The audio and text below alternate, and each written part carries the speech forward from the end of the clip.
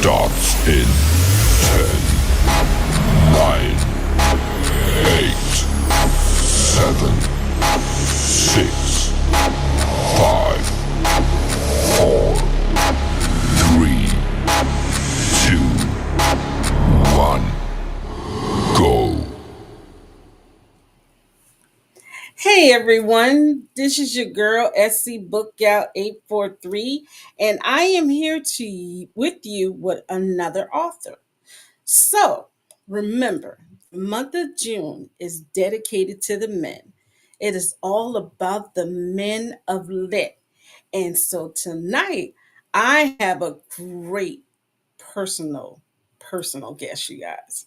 So this is his second release. His first release was Flowers of Eve. Okay. We talked about that one. Okay. That was for the ladies. Now, the next book, this one right here, is called Born from the Streets. And y'all on top of some gritty, real street lit. This is what I'm talking about. Okay.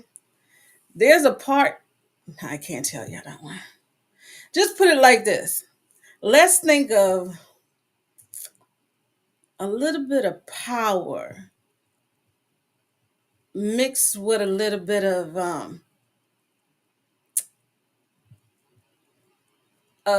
living single. So in other words, we got that buddy group.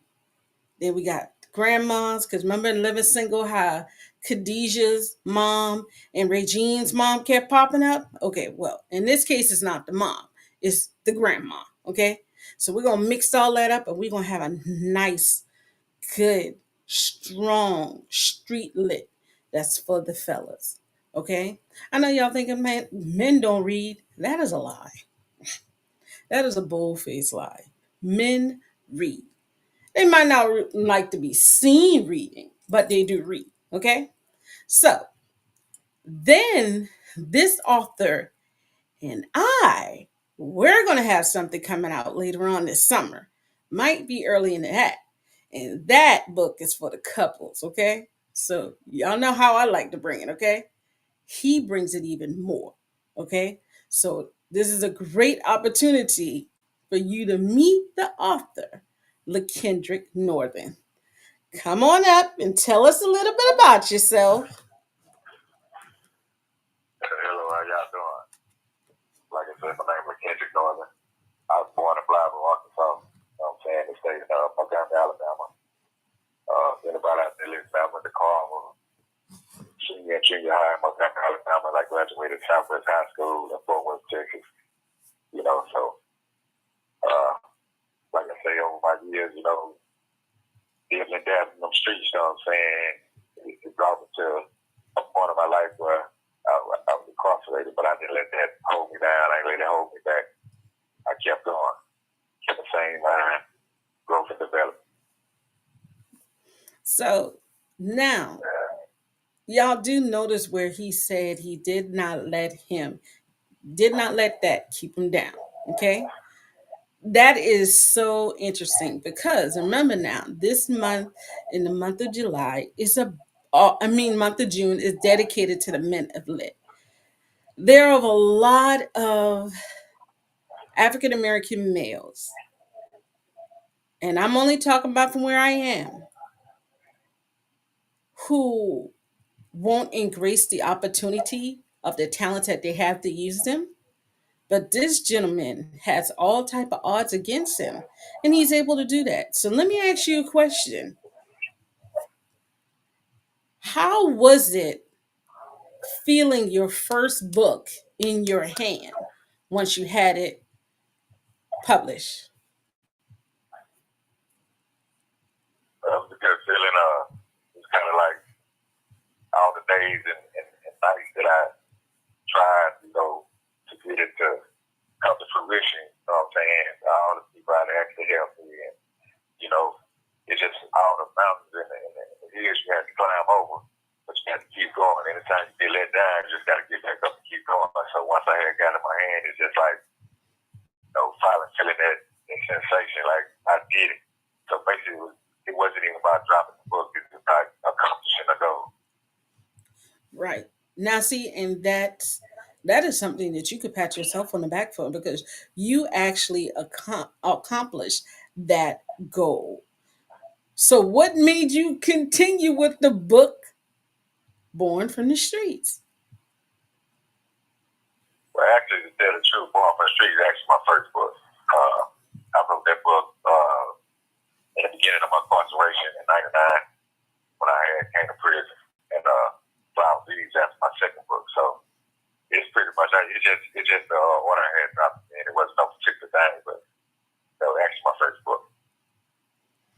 All right. So we already got all the preliminary stuff out the way. Da da da da da. All right. Born from the Streets.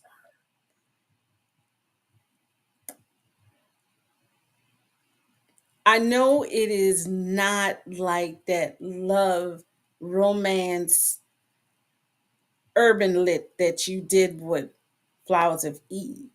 Why did you feel that you took this turn with this one? But actually, like I said during my beginning of my incarceration, I come down. The literature that was read down here by a lot of inmates was urban literature. You know, that was a big thing down here. It really still is. And I had ran across this author, and I read a book. I don't say no names, and I had read a book that she put out by another fellow. Where I had learned that that fellow was incarcerated. You know what I'm saying? Also, with a like Shanette. You know? And reading her book and reading his book and about being on the streets, you know what I'm saying? You know, the streets all across America is the same. Every ghetto, every hood is the same. It just got different dynamics, different objectives of how people move, and different perspective of what they move in. So I felt that, hey, I can tell my story just like they can tell their story. So I just use the opportunity, to use that to hopefully get myself out of here. So, could you say in a way that, the writing has contributed to your well-being or mental well-being in so many terms? Yeah, you can say that because over the time,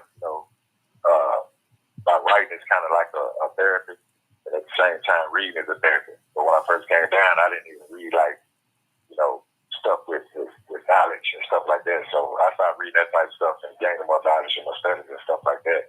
But I had written a lot of urban stuff, you know what I'm saying? And as I was reading it, I feel like, hey, man, a lot of that stuff is like far-fetched, which is cool, you know what I'm saying? But at the same time, I want to write, make it more relatable to the people that's out in the streets, you know what I'm saying? With a little twist on it, everything gonna have a little desperation to it, but I want to kind of keep it close to home. That makes a lot of sense, because a lot of people will, when it comes to reading, I kind of see that a lot of people would read what they watch on TV. And that is how I used to always get my teens. I would say, hey, what you're looking at on TV literally came from a book. And it's like, oh no, Miss Patrice. And I show them like a script or something that I could find online. And they'd be like, oh, okay. So I do understand you writing from what you know. So let me ask you another question here now. These characters in these books,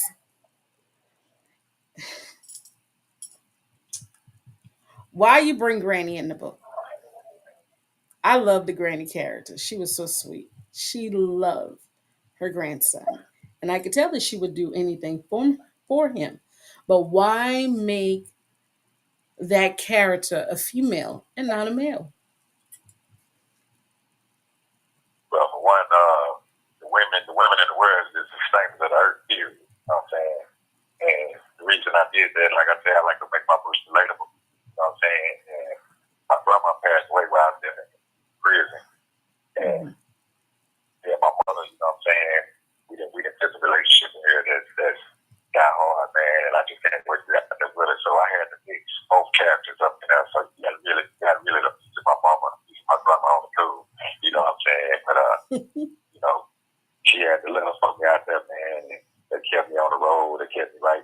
But I was just a hard head and kept going. So I had to put a sprinkle of just a little reality in there and throw a little twist in there. You know what I'm saying? So, you gotta give homage to Okay, so let's go there. We're saying about the women giving homage to them. When it comes to literature and just books in general, why do you feel that?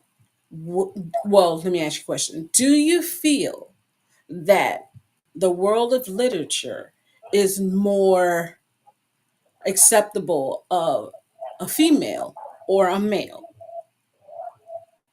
Which one do you think they are more? Oh yeah, we'll read your book. Or like, I don't know about that. Who do you think would get more love, a female or a male? This age and age is really an even game. I can't Mm, say that the male get more love. I think that the female get more love. I okay. can say that it's all about the marketing, the substance that you use, and you know what I'm saying. Because today's society, you got so much going on. It's all about what you bring out and the timing of it. So depending on what the big thing in society, the substance going on in society that has everyone's attention, if you put your attention toward that, no matter what gender you are, you know what I'm saying. I don't think it matters. I think it's all about catching the attention of what's going on at the time. Okay. So let's go back to your book, Dante.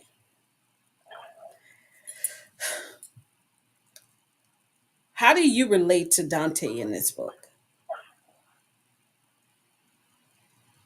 But Dante is a character that I feel, man, because you know a lot of brothers out there, you know, they either absent of a father figure, you know what I'm saying, just absent of a home period, dealing with being a product of our environment. You know what I'm saying, and being a product of our environment, everybody have a saying like it's no such thing as being a product of the Bible. Basically, it is. You know what I'm saying? Because whether you raise the area you and the substance you raised in, that's what you give out. Unless you have somebody that be there that shows you different, be there to pull your coattail and be your mentor or a guide or something like that. If you ain't got that, man, you're gonna be a product of your environment.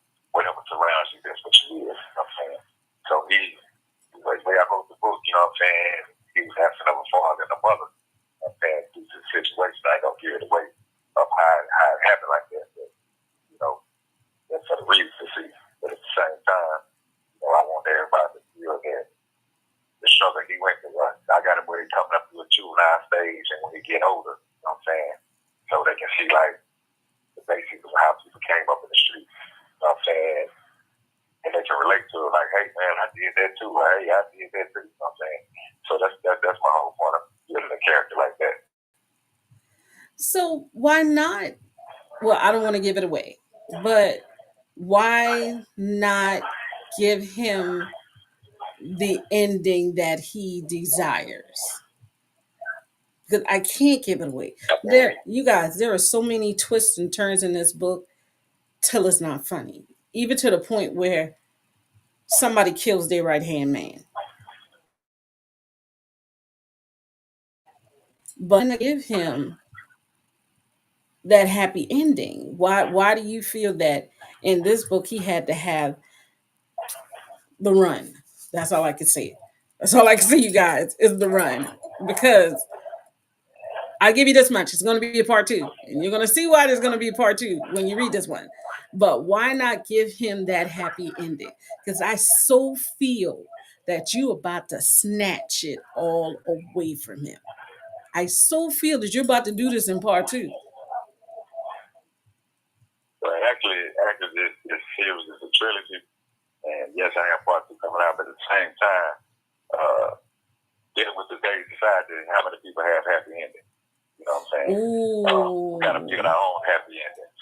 Once we build our own happy endings and be able to relate to who we are and what we are, then our happy endings will be based from our own personality, our own destination, what we're trying to be in life. So therefore, you have to be there to read the book to see the different twists and turns that are going to have to come. Because you know, over life, everybody has a stage where they have growth and development. And within his growth and development, you're going to run across different things in life, different paths in life, different people in his life. Yeah, he's going to see different things that he didn't see last time. You know what I'm saying? So, who knows?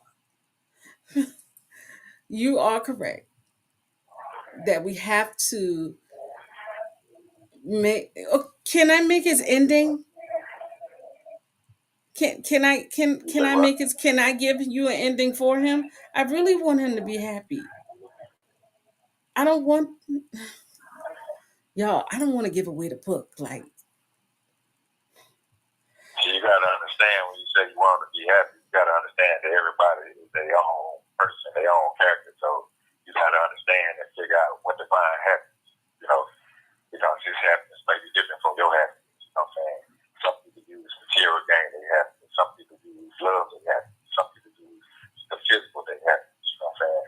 So in this book right here, he searched for everything and all of that. You know what I'm saying? But at the same time, things keep coming up, obstacles keep coming up. People turn their back on him as soon as he feel like it's there. You know what I'm saying? And he's like a person where he will just want to be loved. You know what I'm saying? At the same time, he's in the streets. Because every gangster in the street, they can be gangster they want to, but when it comes to the end of the day, man, it's still they want to be loved. okay. So, J-Rock. Do you have a J-Rock in your life? But I'm gonna tell you like this. What's Like I that? say, man, my book is like I say, I try to keep it relatable. I try to keep the characters, you know, where they fit home with the people that can, you know, relate to or whatever. But like I say, every author that writes, man, I feel that they put their characters in the book. So there's certain personalities in those characters, you know what I'm saying, that comes out and I exploit in the book in some of it. But I'm not saying I did all this stuff or none of this stuff. I'm just, you know, about the characteristics for some. So I kind of like give everything, even not even that, even every character, even the women. You know what I'm saying? There's certain personalities that I put out in it that is part of me, but at the same time, you just gotta find those Jews within it. It's just myself, way of expressing myself. So, what you're saying is in each one of the characters, there's a part of you. Yeah, the lady's doing it. So, let me ask this question. Which one of your characters is the most of you? I ain't gonna get that way. No. Come on, you can't do that now. Which one of your characters is the most of you? Well, to be honest, it's the character that everybody. I had experience down here with letting people read the book, whatever, but the character that everybody loved the most in the beginning was Dante. You know what I'm saying? But at the end, when they bring me the book back, they always had the same reaction. They talk down on Dante, say they hate him, man, why he did it, and J-Rock did so. So everybody got their own perspective, but at the same time, if you look at it, everybody lives the Dante lifestyle. Everybody had a mindset like Dante. But at the end of the day, see people change and they see a different perspective in life. So now they see like, hey man, I don't really have to do that. I really shouldn't be like that. Okay, so at the same time, thinking about Dante, it's my character. Well, okay, now see, you saying that everybody has a Dante in them. And I'm trying to think, yeah. To me, Dante was a fighter. So are you trying to say that, do you think that Dante was a fighter in this book? I think through everything that he went through this book, he kept fighting. He never once gave up. He always had, I would say, a ram in the bush. I might be wrong for saying it like that, but or let's just say he always had a backup plan, or he was one step ahead of what was going on. He was a thinker, and Lord knows you're a thinker. Yeah. So, He was a thinker. He was a person that yearned just like anybody else yearned. He a person that had feelings just like anybody else had feelings, you know what I'm saying? mm-hmm. He's influenced just like anyone else can be influenced, you know. And he was going through what you call identity crisis, where he's trying to find himself, you know, because he was in the part of the book, you know. He took on a characteristic and an identity that wasn't even him, but the identity was molding him in the streets. And a lot of times when you have an identity, you got to keep putting on the facade, you know what I'm saying, to keep the image that you were trying to uphold. So everybody, I say, go through that because everybody goes through their own identity crisis. Everybody searching within themselves to find them, you know what I'm saying? So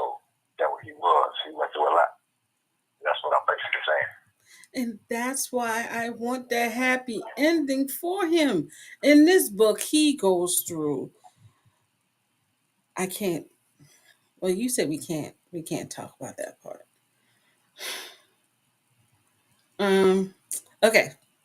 Let's go to the females in this book. And again, you guys, we're talking about the book Born from the Streets, which is available right now on Amazon. It's on Kindle Unlimited. No, it's on Kindle and it is on paperback. So, the ladies in the books. Which female was your which female is more like you?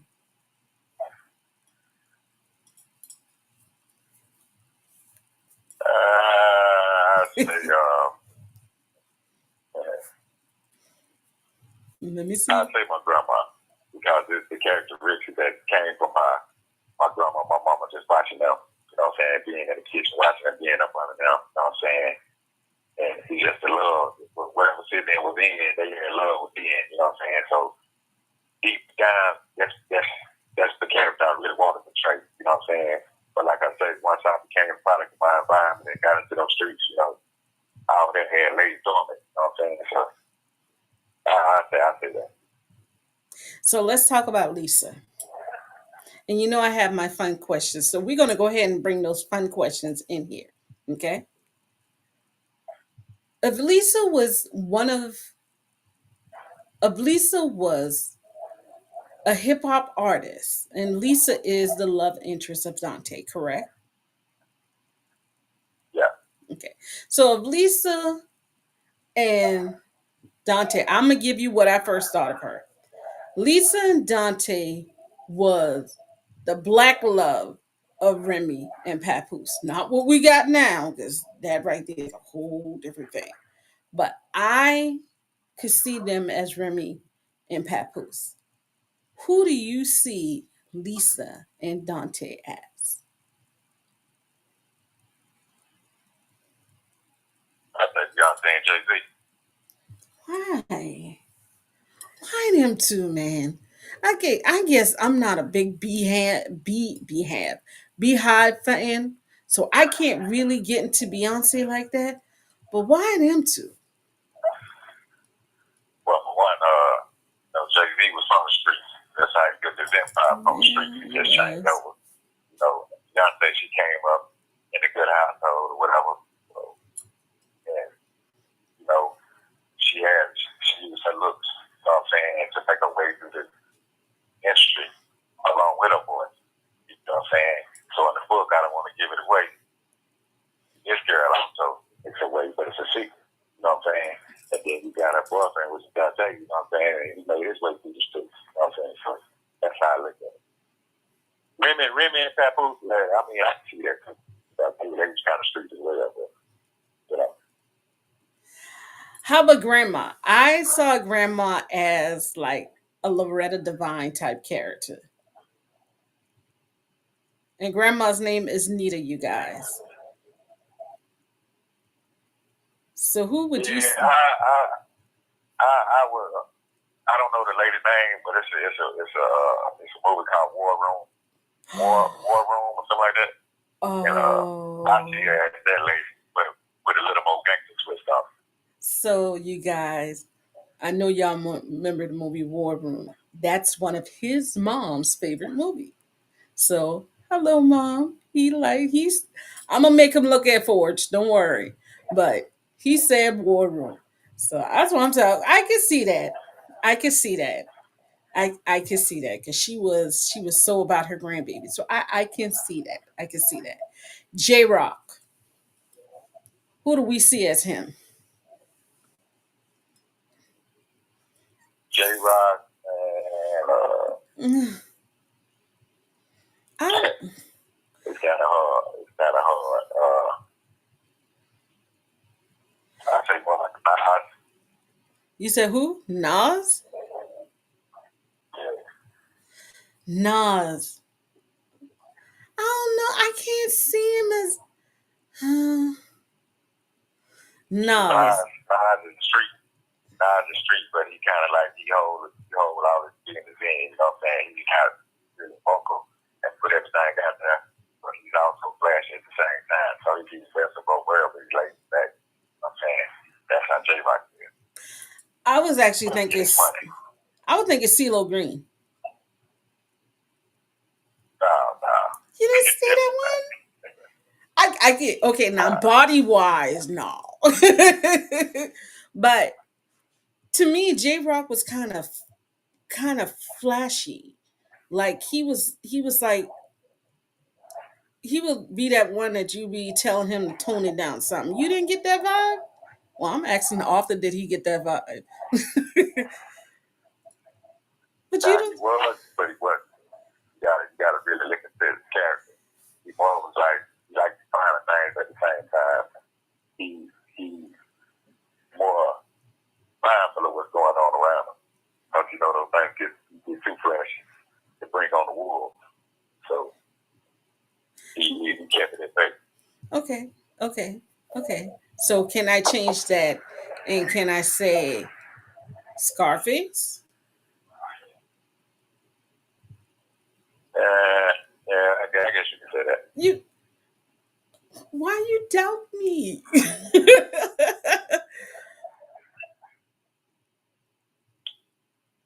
Well, Scarface one of my favorite rappers, so I go with that. Yes. So let's talk about you as a black male in the literary business. How do you feel about African American authors not being able to get the representation of the big three? And what I mean by the big three are the big publishing house, Penguin, Simon and Schuster, and the other one, oh my God, just ran right out of my mind. But how do you feel about African American authors not being able to break that barrier yet? For one, it's that stigma. We got that microscope and that stigma, so we being stereotyped. Our story ain't no different from everybody's story, so they just look at us as being, ghetto, or we too black, or we too this, or we too that, you know what I'm saying? But at the same time, we got the same story to tell like them. Like me, I don't put myself in a specific genre. I got espionage books coming out. I got murder mysteries, you know what I'm saying? So I don't got myself in one other cocoon. So that's one thing it is. They don't think we versatile. And you feel that versatility is a big thing when it comes to being an author? Or do you feel that you may lose people because you're so versatile? I teach his own. I'm just speaking on myself. I can't speak for no other author, but that's the way I am. I don't. You have 1 minute left. Okay. Would you like to continue this, or will you not be able to? It's up to you. Yeah. Okay. Want to have me or want to bring you on next time or whatever. No? How about you give us a call right back? We can do about another 15 minutes. How about that? That'll be fine. Okay. So I know you guys are wondering, like, what is Patrice talking about, and why is she on the screen by herself, and why can't we see this author? Well, again, this author's name is Kendrick Northern, and right now he is incarcerated in the Texas Department of Corrections. Okay. Why would I say that? Is because I want you guys as authors, and this is talking to me also, that stop playing around. Why are we not bringing our gifts out? So this is another opportunity while we're waiting for him to call back. Is for you guys, upcoming authors, um, illustrators, because y'all matter too. We have a group that's called the 100 Authors to Watch for Aspiring Authors Magazine. That is currently still accepting people. So think about you being your first time writing your book and having the backing of 99 other people that are rooting you on. This is what you get, okay? You can get one-on-one sessions. You'll be placed in a group where you have a group leader who you can go to. If you find yourself stuck, or you want to get questions answered, or you're wanting to know more, okay? Also, right now, we're doing a 21-day challenge. So I know y'all heard me sweating and walking for the past 2 days. Yes, I'm a day behind. But what we are doing is trying to bring awareness to ourselves. And it's a training so we can talk about our brands. So if you are wanting to be one of those authors, please contact me, or you can contact Angela Thomas Smith, or you can hit any one of the 100 authors. We have a whole Facebook page and everything that is dedicated to us, and also where the public can see your work. Okay? So remember, you have the backing of 99 other authors. Ask us about it, okay? So we have you back, sir. Yes, Hello? I'm here. All right. Yes, I'm So here. let's go back to this and talking about um, being an African American male in a literary sense. Okay. What do you feel is the biggest obstacle when it comes to being an African American author, male author at that? I think the biggest obstacle is being taken seriously. You know, Oh, a lot, you know, and at the same time, like, if you just saying urban, let's just say urban, you know, come speaking in that genre, you know, in their eyes, they feel like, hey, don't nobody want to read that, you know what I'm saying? It's only geared to a certain audience, you know what I'm saying? But what they don't fail to realize that the black audience is one of the biggest consumers of products in the United States is black consumers, you know what I'm saying? We damn near go broke, you know what I'm saying, just to buy their products, you know what I'm saying? So, I mean, so a lot of times if they look at it, if they was to push the black up, then they'll probably make more money. okay. Okay. So do you see that there is a a a, a deficit when it comes to um patron patronizing African American authors? I believe it's deficit. Yes. I mean, when you look at us as a whole, you know, we had to struggle and battle for to get to the head all our life. You know what I'm saying? So at the same time, we up against all odds. You know, look at the publishing company. How many publishing companies ran? There's big publishing houses ran by African Americans. You know, you got the black publishing company, but they're all subsidiaries. You know what I'm saying? So at the same time, who's there to get up and give us a chance? You know, we always scrutinize and like say patronized. We always put in this box. It's like, hey, you're not good enough. You know what I'm saying? And you even have them that get some of the black authors. You know what I'm saying? That are talk down on other things. You know what I'm saying? As our books don't mean anything. It has no substance. You know, so we go through a whole bunch of things dealing with like, you know, but if Lord's willing, you know, my objective of what I want to do, the things I want to do with the book industry.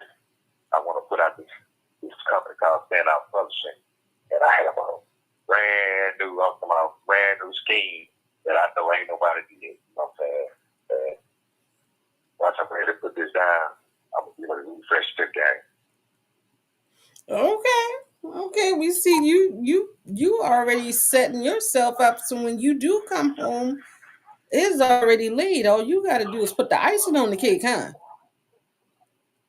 Yeah. Okay. So Sometimes you don't need the ice. now hold up. Now you can't eat no big cake. What kind of stuff is that? I'm a big girl. I gotta have icing on the cake. Yeah, all you need to do is put the counter on top. Is it? Now come on now. How you gonna give us some dry cake? Don't do that now. Don't do that. Not the dry cake. So It's all about how you bake it. You make the cake even more time. It's all about how you bake it. So that's how I deal with my books. I make my books different from everybody else. I try to set myself and stand out from everybody else. You know what I'm saying? Everybody else put a little too much of this and that in it. You know what I'm saying? I put a little more in mine so when it comes out, you know what I'm saying? You don't need the ice. You can use it if you want to, if you don't have to. okay. Okay. So now as we winding it down, telling us what we can expect from you and how we can follow you on your social media. Just give us what we call the rundown. Well, like I say, I got flowers to leave out. I got one from the street side, you know. Like I said, our upcoming project is Different Treats. You know what I'm saying? It's a erotica. I have another espionage book called Eagle's Mouth. I got a treasure book called Puppy Face. I got a murder mystery called Flavor of Blood. You know what I'm saying? And I'm not just trying to get out there and put everything out there and flood it, you know. But I'm gonna work on taking one step at a time to get these things accomplished. But at the same time, you can get at me on Instagram, Facebook, or Blue Sky. You know what I'm saying? And, you know, give me a shout out, man. Support me, like I said, man. Go on Amazon and go copy. All right, so you heard what he said. You can find his books on Blue Sky, Amazon. You can find his books on Amazon, but he could be found on Facebook and Blue Sky. And if you're looking at the bottom, right down there, you can see it. And we're trying to, I'm trying to do the raffle. All right. So, if you're paying attention and you're watching this, we're going to be giving away 2 copies of Born from the Streets. But you have to watch this podcast to get the secret word. Okay? The secret word is going to appear at the bottom. Okay? You will have until Friday to log on to his Facebook post or inbox him the secret word. Now, in order to inbox him the secret word, you got to be his friend on Facebook. So look at the link at the bottom. Remember, to find him on Facebook is LaKendrick Northern. Okay? Go there, friend him, and send us a secret word. Okay? So, if you're ready, I'm going to let him count it down 5 to 1, and then the secret word is going to scroll at the bottom until we finish. Okay? So I'll let you count it down for me, Mr. Northern, starting from 5 and ending at 1. Once you say 1, the word appear at the bottom. So go ahead for me. 5, 4, 3, 2, 1. All right. If you're looking at the bottom, you see the secret word.